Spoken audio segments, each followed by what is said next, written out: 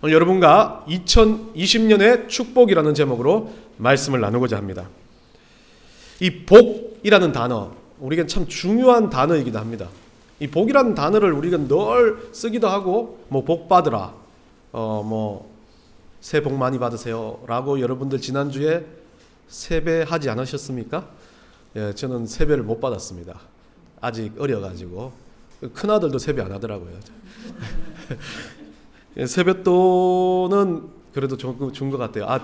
그냥 잠옷 입고 받은 것 같긴 하네요. 기억나는 게. 여하튼 복이라는 단어 자체가 우리는 어떻게 쓰는지 모르겠지만 한자의 시작은 원래 이 복이라는 단어가 보밀시자와 앞쪽 변입니다. 그리고 뒤쪽이 가득할 복자, 이 두 가지가 합쳐져 가지고 이렇게 위에 그리고 제가 쓰는 거 모르겠어요. 한자 아시는 분들은 알겠지만 이 앞쪽 변과 뒤쪽 변이 합쳐졌는데 이 두 단어의 의미가 원래 한자는 어떤 형상을 가지고 만든 단어입니다. 그러니까 어떤 것의 그림, 이미지를 가지고 만든 단어인데 이 첫 번째 이미지는 이래요. 앞쪽에 이쪽은 재단이 있고 재단 위에 맨 위쪽에 술잔이 있고 이쪽엔 단상이 있어서 그 밑에서 뭔가 우리가 제사 지낼 때 바치는 것처럼 이 컵들이 있는 상황이죠.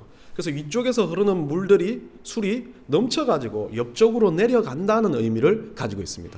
그러다 보니까 이 복이라는 단어는 흘러서 넘쳐서 퍼져간다는 이야기를 하고 있는 겁니다. 너무 멋지지 않습니까? 이 한자어의 기초를 보면 누군가를 향해서 제사를 지냈어요. 그 제사를 지내는데 그들이 만들어서 이 술이라는 건 우리가 말하는 것처럼 막 알코올 이런 느낌이 아니라 이들은 술을 1년간 2년간 숙성해서 빚어가지고 가장 정성스럽게 누구한테 드릴 수 있는 곡물, 우리가 말하는 풍요를 기원하는 곡물의 기초를 가지고 만들었던 거기 때문에 이 술의 의미는 가장 고귀하다는 의미입니다.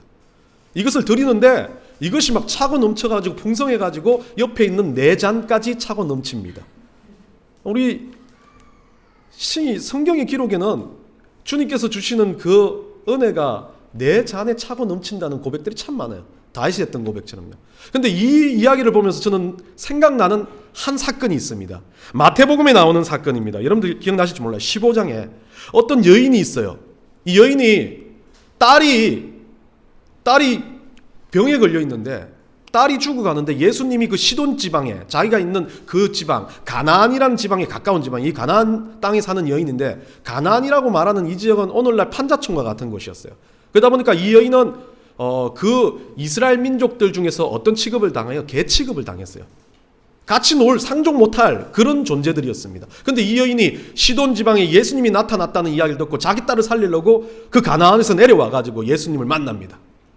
근데 예수님을 만났는데 이 예수님이 매몰차게도 뭐라 그럽니까? 나는 내 아들 딸들한테 떡 줄 거야.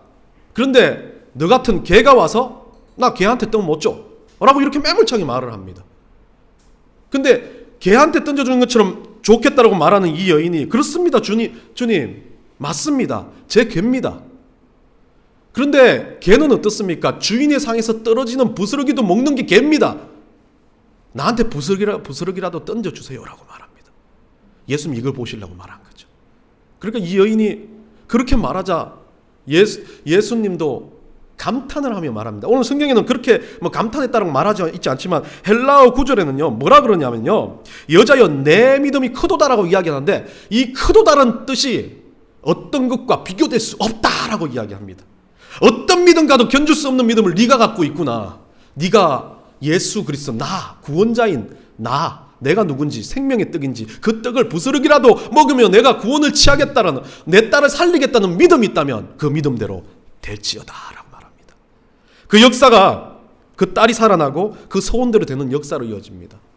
오늘 이 복은 이겁니다.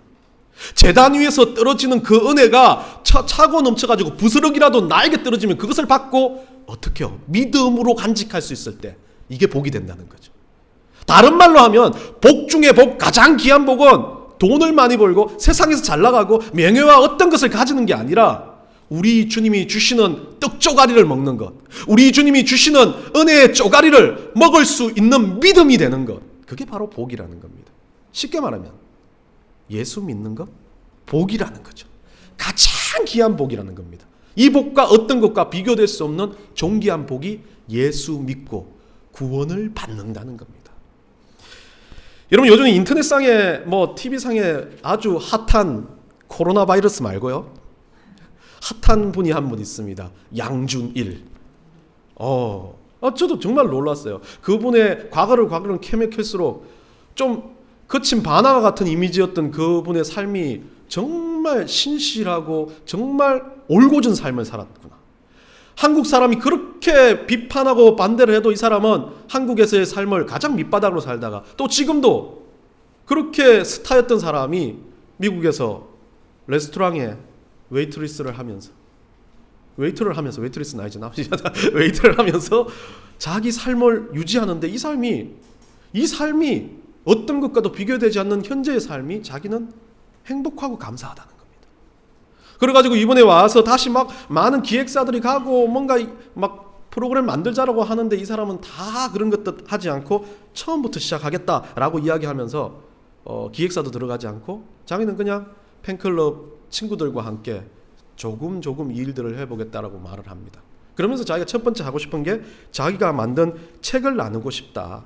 그 책 중에 자기가 쓰는 가장 존귀한 핵심의 내용이 뭐냐면 내가 인생에서 제일 잘한 게 뭘까라고 고민해 보니까 우리 주님한테, 우리 하나님한테 내 인생을 올인한 거다라고 이야기하더라고요. 그러면서 자기 인생을 가지고 뭐라고 말합니까? This can't be it. This can't be it이라는 말은 그럴 수 없어라는 뜻입니다. 그렇게는 안 돼. 절대 그렇게는 될 수 없어라는 뜻이죠. 이 사람은 자기 인생을 두고 고통 가운데 힘든 가운데 내 인생은 절대 그렇게는 되지 않아. 우리 주님이 이끄시니까 라고 말하는 겁니다. 그런데 저는 예전에 여러분들 설교를 했어요. 제 설교의 제목은 This can be it. 그럴 수 있습니다. 정반대되는 이야기예요. 그런데 저는 제 이야기와 이 이야기를 하면서 제가 말했잖아요. 우리 아들 깍두기 먹던 이야기. 미국에서 한국 들어와가지고 처음에 이 아들이 김치를 못 먹어가지고 막 교회에서 제가 부목사니까 막 권사님들이 김치 먹으라 하면서 우리 아들 주는데 우리 아들은 못 먹어요. 나는 미국에서 왔어. 막 이런 식으로 나오니까 너무 짜증이 나는 거야. 묵어. 먹어. 매우도 먹어. 막 먹어. 그러니까 애가 막 김치 앞에서 엉엉 울면서 나는 애기잖아.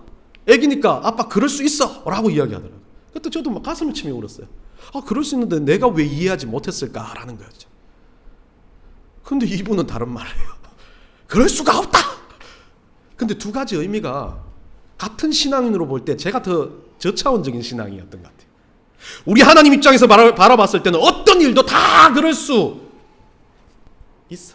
다 그렇게 될 거야 라는 거죠. 근데 저는 인간적인 입장에서 신앙적인 사람으로 사는 나 개인적인 입장에서 사람을 바라보는 상대방을 바라보는 입장에서는 저 사람은 그럴 수 있어라는 이해입니다. 그게 다른 관점이에요. 하나님의 관점에서는 모든 일은 그럴 수 있습니다. 그럴 수 없습니다. 하나님 방식으로만 갈 수밖에 없습니다. 그런데 사람을 바라볼 때는 힘들지, 아프지, 그래 내가 이해할게, 그럴 수 있어가 맞다는 거죠. 이 두 가지를 함께 가져갈 수 있는 인생이라면 진짜 복받은 인생이죠. 하나님 입장에서는 단호하게 진리를 생각하고 사람들 입장에서는 그 사람의 마음을 이해할 수 있는 사람. 어쩌면 저도 부족한 사람이라 다 이해하지를 못했어요. 그러다 보니까 때로는 충돌도 생기고 아픔도 생길 때 그것을 어떻게 소통하느냐가 중요한데 그것을 못하면 정말 더 아픈 것들만 만들어가는 것으로 그렇게 만들어지더라고요.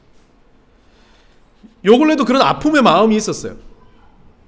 왜 나를 배신하나? 왜 나를 힘들게 하나는 생각도 있었지만 곰곰이 생각해 볼 때 내가 가지고 있는 모토가 하나님은 그럴 수 없다. 하나님 인생에서는 하나님 방식으로 간다고 하지만 너는 그렇게 말했잖아. 그 사람의 아픔도 네가 바라보겠다고. 그럴 수 있으라고 말해야지. 그것을 끌어안아야지 라고 생각하는 입장이라면 저도 그렇게 살아야 된다는 마음으로 다시 한번 마음을 되짚어 봅니다. 그러니까 그래요. 하나님 입장에서는 그럴 수 없다는 믿음을 갖고 사람의 마음들은 그럴 수 있어, 아플 수도 있어, 그 마음을 위로해 줄 수 있는 그런 마음. 한마디로 말해서 우리가 마태복음에 말한 하나님을 사랑하고 내 이웃을 사랑하는 두 가지 관점을 다 갖춘 사람을 우리는 진짜 복받은 사람, 그리스도인이라고 말하는 겁니다. 오늘 그런 그리스도인들 중에 우리가 본받아야 할, 어쩌면 성경에는 아주 짧게 두 구절로 끝나버리는, 그리고 누구도 집중하지 않은 아셀이라는 이 사람, 그리고 이 아셀 지파에 대해서 여러분과 함께 나누고자 합니다. 2020년에 축복된 삶이 이 아셀 지파와 같으면 좋겠다. 여러분들의 모든 삶의 모습이 이 아셀 지파와 동일하면 좋겠다는 생각에서 한번 이 이야기를 나누려고 합니다. 아셀이라는 이 사람은 여러분들 잘 아시겠지만 레아라는 그 여인의 아들도 아니에요. 레아의 여종 몸종이었던 하녀 실바라는 여인의 아들입니다. 여러분 잘 아시죠? 라헬과 레아. 이 야곱이란 사람은 라헬을 좋아했어요. 그런데 언니 레아를 어떻게 삼촌 때문에 억지로 부인으로 맞이하게 됩니다. 그래서 라헬을 차지하기 위해서 또 몇 년간 일해가지고 라헬을 차지합니다. 그러다 보니까 레아는 제가 보기엔 성경에 그렇게 기록하지 않았지만, 이쁘지 않다라고 기록하진 않지만, 라헬을 보니까 아리따따한 기록들이 많은데 레아를 보니까 별말이 없어요. 성경은 참 아름다워요. 지독하게 비판하지 않습니다. 그냥 그랬던 것 같아요. 근데 눈에 보기엔 정말 라헬이 예뻤던 것 같아요. 그래서 라헬을 차지하려고 그렇게 노력했던 이 야곱은 결국 라헬도 차지하지만 그 몸종들에 의해서 나오는 아들까지 해가지고 12명의 아들들이 나타났는데 그 아들들을 가지고 12지파 이스라엘 민족의 땅을 분배하는 지파들이 되어집니다. 몸종에서 나온 아들까지도요. 그런데 성경에는 여러분들 알겠지만 유다 지파, 일종의 예수님이 오시는 진짜 가장 핵심 지파라고 생각하는 유다 지파 외에도 여러 지파가 있었는데, 그 지파들 중에 좀 우리가 생각하는 것보다 별로 생각을 안 해주는 지파들 중에 하나가 이 실바가 나온 두 지파입니다. 7번째 아들이었던 갓, 8번째 아들이었던 아셀입니다. 그런데 여러분들 아시겠지만 이스라엘 민족들은 전쟁을 하는 민족들이었어요. 그러다 보니까 법궤가 있다면 지파들의 위치에 따라서 이 사람들이 얼마나 잘 싸우냐는 이야기를 했던 사람들입니다. 그런데 갓 지파는 시므온 지파와 함께 맨 선두에 서는 사람들이었어요. 싸움만 일어나면 막 나가서 바로 그냥 목숨을 걸고 싸우는 용사들이었어요. 그래서 갓 지파의 의미는 바로 추격한다라는 뜻입니다. 그러다 보니까 이 갓 지파는 싸움에서 전투적인 존재들이었다는 거죠. 시므온 지파가 가장 공격적이었다면 갓 지파는 그 시므온 지파에서 뒤에 그 시므온 지파가 완전히 보병으로 이렇게 처음에 미사일처럼 다 끝내면 백병전으로 뛰어드는 사람들의 의미를 하는 거죠. 한마디로 정말 공격적인 전투적인 존재였어요. 그리고 갓은 그러다 보니까 성경 기록에도 꽤 많이 나와 있어요. 갓이 점령하는 이야기. 근데 아셀은 나와 있지는 않습니다.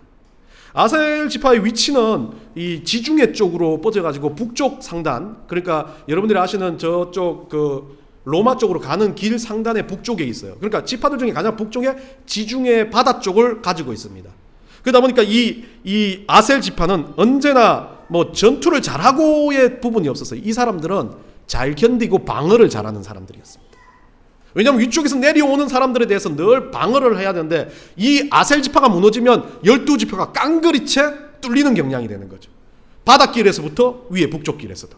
그러다 보니까 아셀 지파는 보기 드물게도 그렇게 전쟁을 잘하고 뭔가 대단한 족은 아니었지만, 성경에서 이 아셀 지파를 가지고 이 하녀 실바가 아들을 낳고 갓을 낳고 잘 뛰쳐나가서 싸운다 이런 소리 안 합니다.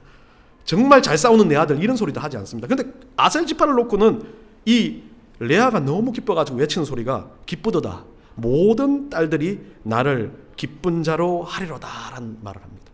이 말의 의미에서 아셀이라고 만들어버립니다. 아셀은 기쁘다는 뜻이죠.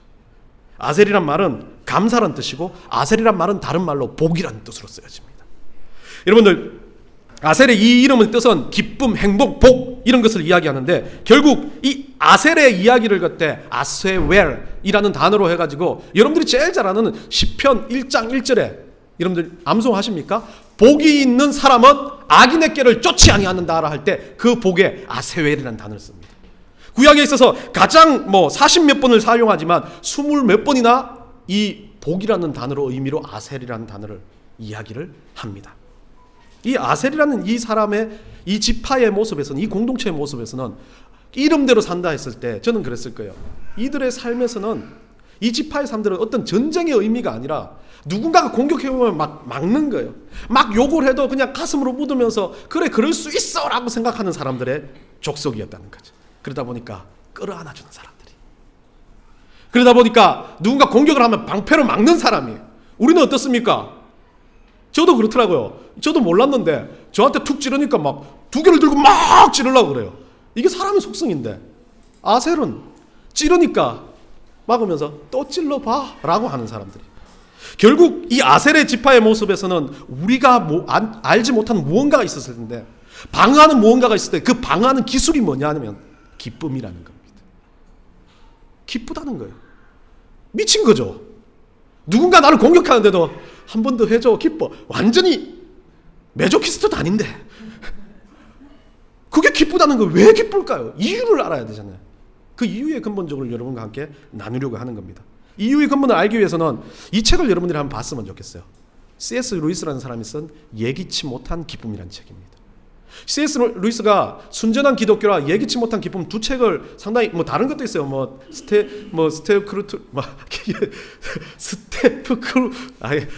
상당히 너무 이름이 힘든데 다음 이야기 스테프 크루트의 편지인가, 이 사단이 보내는 편지에 대한 이야기가 있고, 또 예기치 못하는 기쁨, 순전한 기독교, 그리고 몇 가지 책들이 있는데, 두 글자기라 본다면 순전한 기독교와 예기치 못한, 여러분들 나니아 연대기라는 책은 C.S. 루이스의 기독교적인 글자기라기보다는 세계적인 명작이기 때문에 그건 빼놓고 이야기할 때 그렇습니다. 이 예기치 못한 기쁨에서 C.S. 루이스가 이야기를 쭉 이야기하면서 그렇게 말해요. 기쁨은 뭘까라고 자기가 고민하는 이야기를 좀 약간의 상상이 곁들이는 이야기로 씁니다. 그 이야기를 쓰면서 근본적으로 사람은 기쁨을 어떻게 생각하냐라는 거죠.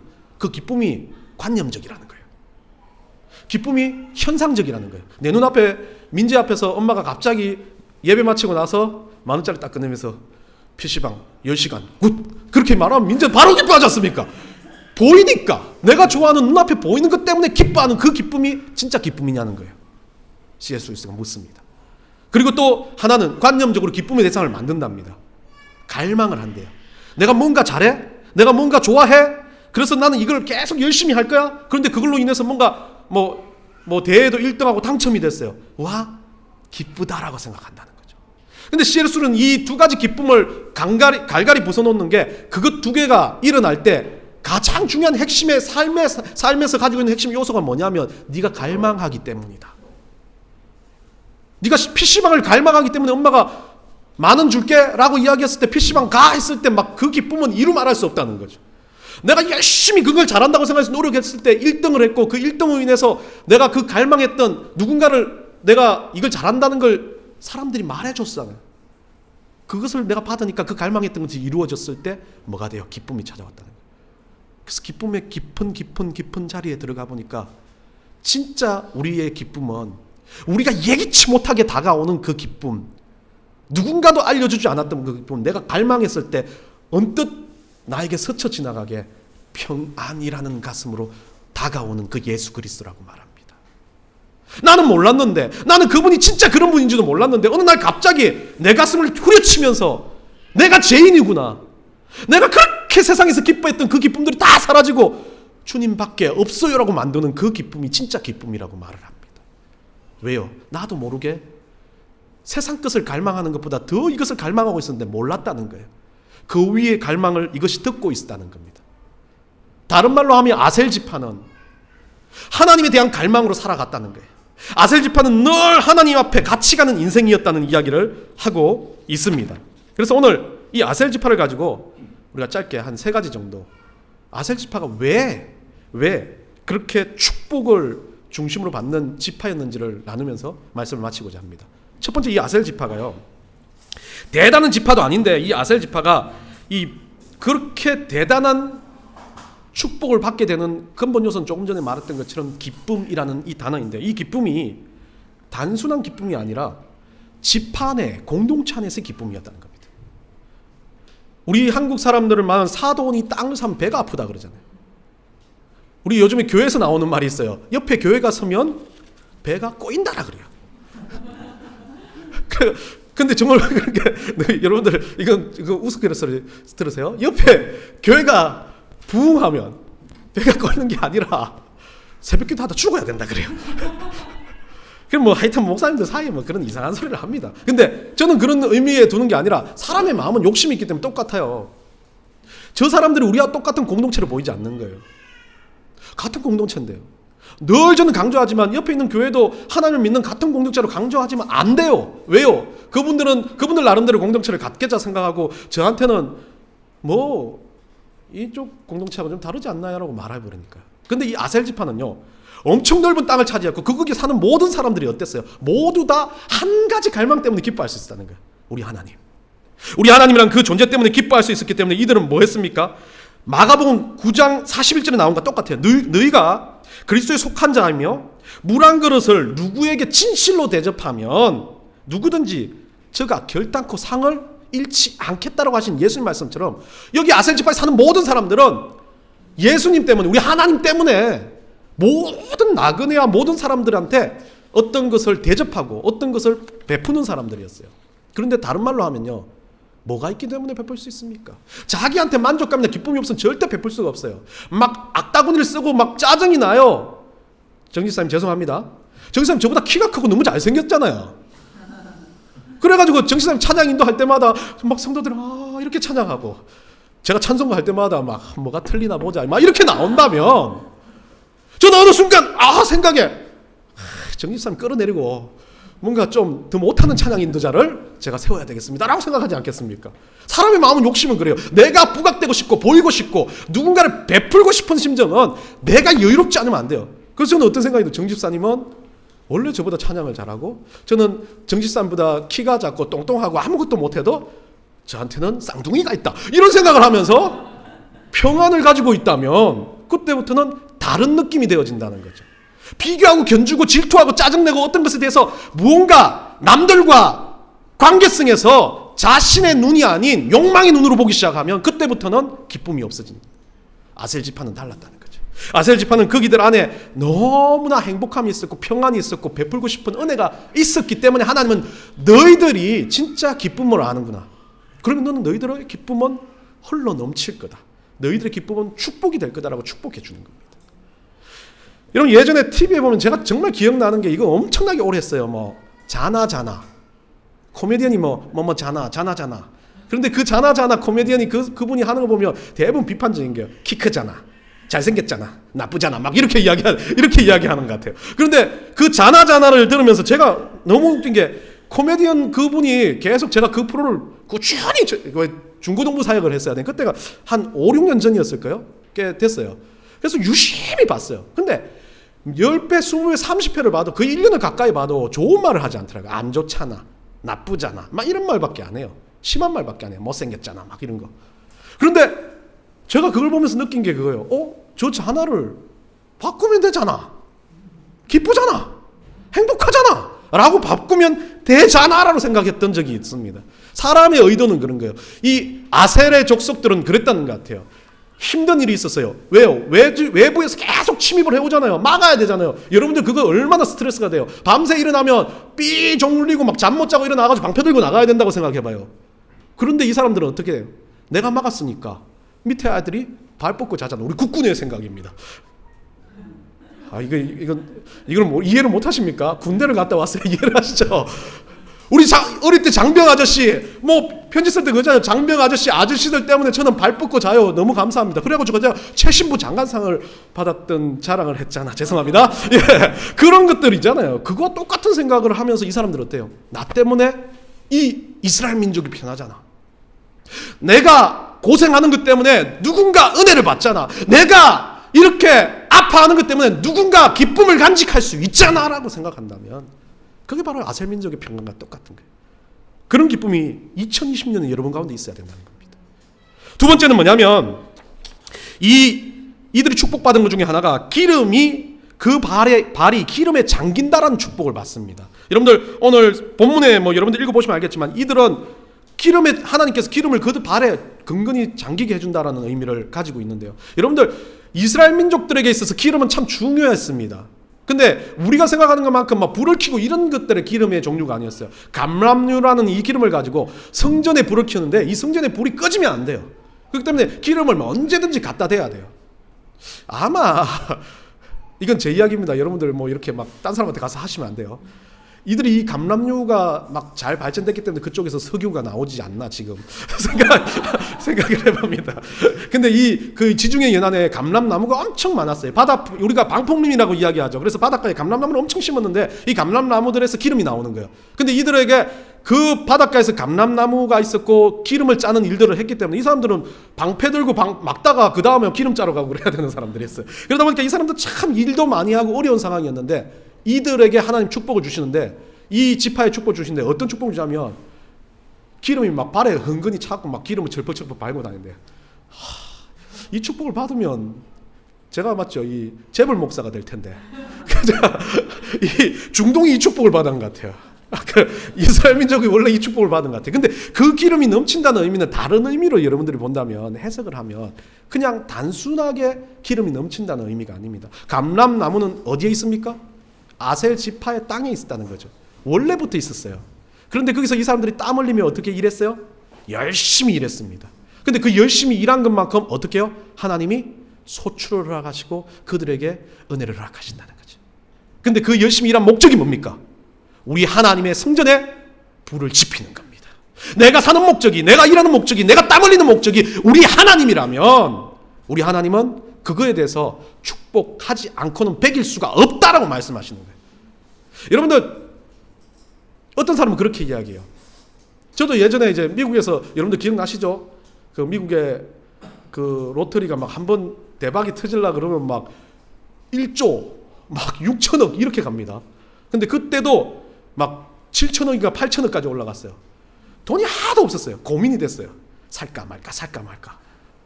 그런데 기도를 했습니다. 하나님 저에게 한 번만 허락하시면 성전도 짓고 우리 교회 개척교회 하는데 힘드니까 성도들도 돕고 뭐도 하겠습니다 하고 와서 오불치 딱 사가지고 와가지고 가슴에 딱 넣고 잊지 않고 일주일 동안 새벽에 하나님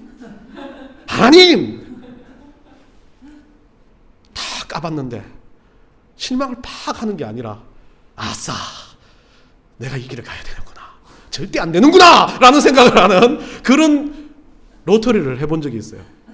그런데 이거와 똑같은 거예요. 내가 살아가는 인생은 내가 하고 있는 이 일에 대해서 하나님은 축복하시지 갑자기 나타난 일들에 대해서 축복을 주실 수도 있어요. 그런데 그거보다는 우리 하나님은 내가 하는 작은 일 하나, 학생이 우리 민재가 갑자기 공부하고 있는 우리 민재가 갑자기 어느 날 민재 하지 맙시다. 민재 아까 했으니까 우리 민서가 갑자기 공부 열심히 하다가 이러면 진짜 안 하는 거 아니야? 공부 열심히 하다가 갑자기 일어나갖고 나 방송 댄스 나 잘하잖아 막 그러니까 갑자기 막 KBS에 가가지고 나 그 앞에서 계속 춤춰가지고 누구한테 픽업 받을래 그래가지고 막 학교 그만두고 올라가가지고 계속 춤을 추고 있었어요. 사람들은 다들 민서를 보면서 야 잘한다 그러지 않고 미쳤구나 라고 이야기합니다. 그래가지고 막 그렇게 열심히 1년 2년 갔는데도 안 되는 거예요. 그러면 어떻게 생각합니까? 나는 최선을 다했는데 나 내 인생 왜 이따구로 만들어 라고 말합니다. 근데 하나님 뭐예요? 민서할 시기에 뭐 해야 돼요? 그래도 공부하는 학생이니까 네 일에 최선을 다했을 때 길이 열린다는 걸 보여주는 거죠. 자기가 할 수 있는 것에 최선을 다할 때 우리 하나님은 그것으로 인해서 하나님의 방법들을 만들어 가신다는 거예요. 아셀 지파에게 보여준 축복은 그겁니다. 갑자기 나타나가지고 어디서 아이템 좋다고 가져와가지고 이걸로 대박 친다? 에이 그런 생각하지 마 절대. 그것이 실패하고 어느 날 10년 20년 노하우가 쌓일 때쯤 너한테 한 번은 성공될 수는 있지만 그거를 가지고 번갯불에 콩 볶아 먹듯이 대박 칠듯이 살아가는 인생은 절대 축복된 인생이 아니라는 겁니다. 여러분 대박은 다른 데서 나오는 게 아니에요. 대박은 내가 하고 있는 일들에 인해서 내가 그 일로 인해서 어떻게 해요? 와 이거 너무 재밌다. 이거 너무 기쁘다. 돈의 문제, 상황의 문제를 다 떠나서 이거 하니까 막 다른 거 다 잊어버릴 만큼 감사하다라고 생각한다면 그게 대박이에요. 그거보다 큰 대박은 없다는 겁니다. 마지막입니다. 세 번째는 이 아셀 지파를 통해서 하나님은 방패의 역할을 하게 하십니다. 하나님의 인도와 보호로 능력 있는 삶을 사는 축복을 만들어주는데요. 이들이 가지고 있는 능력이라고 말하는 단어는 이 좀 웃긴 게 또베라는 단어를 씁니다.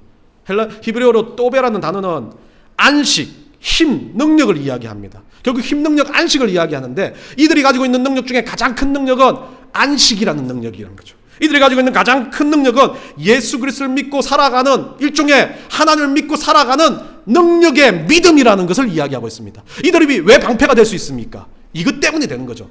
내가 방패를 맞고 적군의 화살에 맞아 죽는다 할지라도 또 다른 능력을 가진 나와 같은 사람이 하나님의 믿음을 힘입고 하나님의 은혜를 힘입고 나와 똑같은 방패의 역할을 할 거다라는 거죠. 인생에 있어서 우리 그리스도인이 살아가는 모든 일들은 똑같습니다. 내가 믿음으로 살아가는 인생을 통해서 누구 하나 알아주지 않아도 내가 살았던 이 일들로 인해서 나의 자녀들이 또 다른 방패가 되어지고 또 다른 믿음을 가지고 살아가게 되고 나의 또 다른 제자들과 주변의 사람들이 예수 그리스도를 알아가고 평강을 알아가고 기쁨을 알아갈 수 있다면 우리 하나님은 그것을 가지고 능력이라고 말합니다. 그것을 가지고 축복이라고 말합니다. 2020년의 축복은 다른 게 아닙니다. 내가 사는 그 자리에서 악다구니를 가지고 방패를 가지고 버티고 있을 때 누군가 찌르다 지쳐가지고 야 방패 내려봐 얼굴 한번 보자. 얼마나 지독한 사람인지 얼굴 한번 보자. 얼굴 보니까 와 내가 졌다. 내가 네 때문에 절대 못 찌르겠다라고 만들어버리는 거야. 그 사람이 막 찌른다고 나도 찌른다면 그때부터는 싸움이 되고 그때부터는 분노가 되고 그때부터는 짜증이 되고 그때부터는 피가 흘러가지만 우리는 예수 보혈의 피에 덮인 사람들이기 때문에 막고 또 막다가 어느 순간 그 사람이 얼굴 한번 보자라고 이야기하면 그때 이야기하는 거죠. 그때 그 사람한테 말할 수 있다는 겁니다. 여러분 짜증과 유혹과 질투와 분노, 교만 같은 찌꺼기들이 씻겨지는 단 한 가지 우리가 아무리 찔려도 견딜 수 있는 단 한 가지 이유는 예수 그리스도의 보혈이 우리를 덮고 있기 때문입니다. 예수 그리스도의 보혈이 그것들을 씻어서 내리고 또다시 찌꺼기가 들어오면 또 씻어 내리고 또다시 힘들어지면 또다시 씻어 내리기 때문에 가능하다는 것입니다. 여러분 29절에 보면 이렇게 나와 있어요. 아셀 지파를 향해서요. 우리를 돕는 방패시여 우리 영광의 칼이시로다. 내 대적이 내게 복종하리라. 내가 그들의 높은 곳을 밟으리로다 라고 말합니다. 여러분들 2020년 여러분의 인생이 은혜로운 방패로 여러분들이 예수 보혈의 방패로 덮여서 모든 사람을 향해 반복해서 찌르는 것이 아니라 그 피 안에 들어올 수 있게끔 여러분들이 그 피 안에서 끌어안을 수 있게끔 여러분들이 맞아주셔야 된다는 거죠. 저 또한 이것을 다시 한번 깨닫게 하는 사건들도 이번 주 내에 있었어요. 너무 아팠고 힘들었고 잠도 못 잘 만큼 아침에 일어나서 다시 한번 기도해야 될 만큼 기도하면서 딴 생각 아무것도 안 들고 하나님 왜이십니까? 하나님 왜 그렇습니까? 내가 어떻게 해야 됩니까? 내가 돌려야 됩니까? 라고 생각하는 그 순간 하나님 주신 방법은 그거였어요. 예수 그리스도의 보혈 안에서 끌어안고 잡아드린다면 예수 그리스도의 보혈 안에 같이 들어와 있다면 같이 씻겨진다면 그것만큼 큰 시너지의 역할을 할 건 없다라는 겁니다. 여러분 2020년 어떻게 살아가시겠습니까? 아셀이 받은 축복처럼 여러분 삶에 기쁨이 흘러가기를 원합니다. 예수 믿기 때문에 아니요 안 기쁠 수 있습니다. 짜증날 수 있습니다. 그런데 그 순간 여러분이 생각해야 될 건 그래도 기뻐할 수 있는 거리를 찾자. 여러분 삶의 생업과 여러분들 일들 공부하는 것들 직장생활 힘들고 짜증나고 어려웠어요. 누군가 나를 막 분노케 해요. 못한다고 말을 해요. 그런데도 나는 그 자리에서 내가 할 수 있는 이거니까 그래도 여기서 감사를 찾자. 그래서 여기서 기쁨을 찾자. 누구보다 열심히 하자 라는 그 마음이 있다면 거기서도 하나님이 역사하실 거예요. 마지막으로요. 그 자리에서 어떻게 버티라고요? 예수 보혈에 덮여가지고 방패를 들고 창을 들지 말고 방패를 들고 막으면서 방패를 들고 끌어안으면서 그 지독한 사람이 얼굴 한번 봅시다라고 말하는 그 순간까지 견디고 또 견디며 살아갈 때 누가 책임져 주시겠다고? 우리 하나님 책임져 주신대요. 누가 책임져 주시겠다고요? 우리 하나님이 그것들 다 내가 해결해 줄게라고 말하신 하나님이십니다. 여러분들 오늘 2020년 누구보다도 아셀 지파와 같은 축복을 받은 한 해가 되시기를 간절히 축원합니다.